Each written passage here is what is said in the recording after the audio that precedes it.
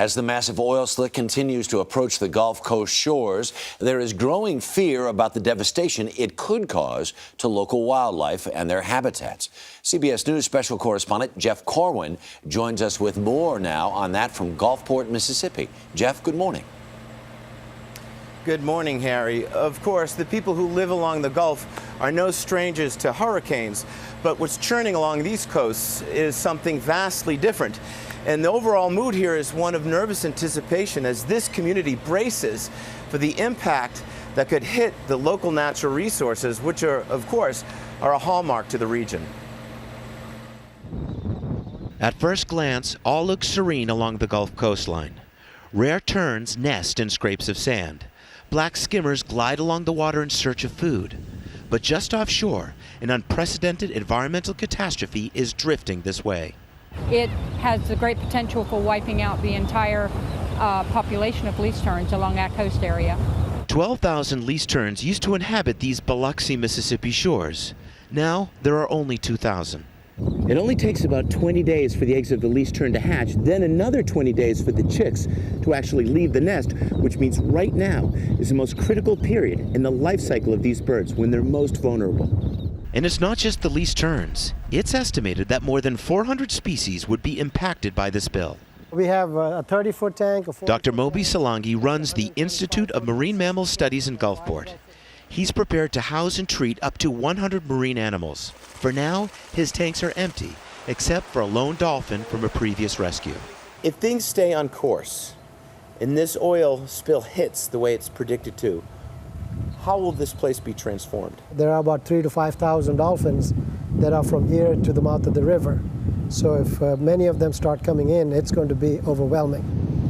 On Sunday, a rescue team from Dr. Salangi's center recovered 13 sea turtles that had washed ashore, an unusually high number. You gotta flip it over and take. While scientists have yet to determine if oil caused their death, there's concern that the turtles may be the first victims of this oil spill.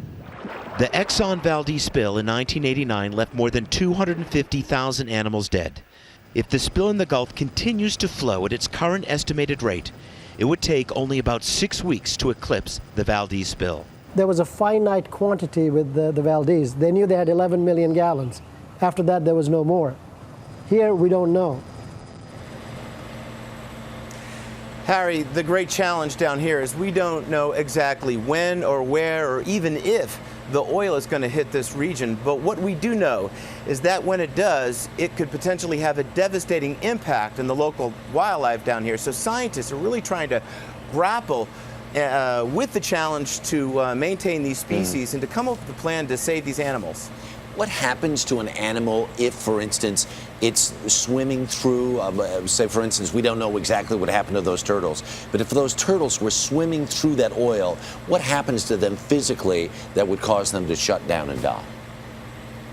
Excellent question. For example, let's look at a dolphin. This is a marine mammal, which means it breathes air. When it comes to the surface of the water, when its blowhole opens up, it will actually be breathing in oil, and it can actually drown on the oil it takes into its lungs. Those birds that we featured in this piece, they are very rare animals. There are now only 2,000 of these birds left. They also ironically feed in the waters where the oil is. So when they go into that water, if they're not immediately killed by the oil saturating their feathers, minimally they'll take that oil and feed it to their offspring. What we have here is the ultimate Pandora's box. And as this oil leaks out and it invades this ecosystem, there's really no way to get it out. And you know, you were talking during the piece about the Exxon Valdez. So some people have said, well, you know, that was much heavier crude. It's a little bit of a different situation. Is there a way to compare this and Exxon?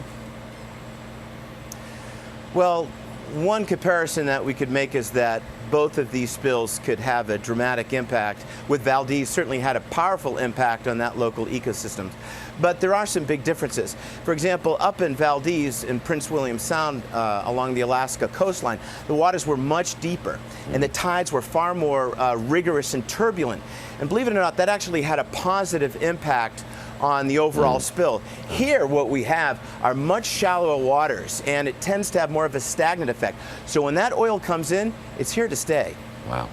Jeff Corwin, thank you very, very much for your expertise this morning. Do appreciate it, sir. Take care. Thanks, Harry.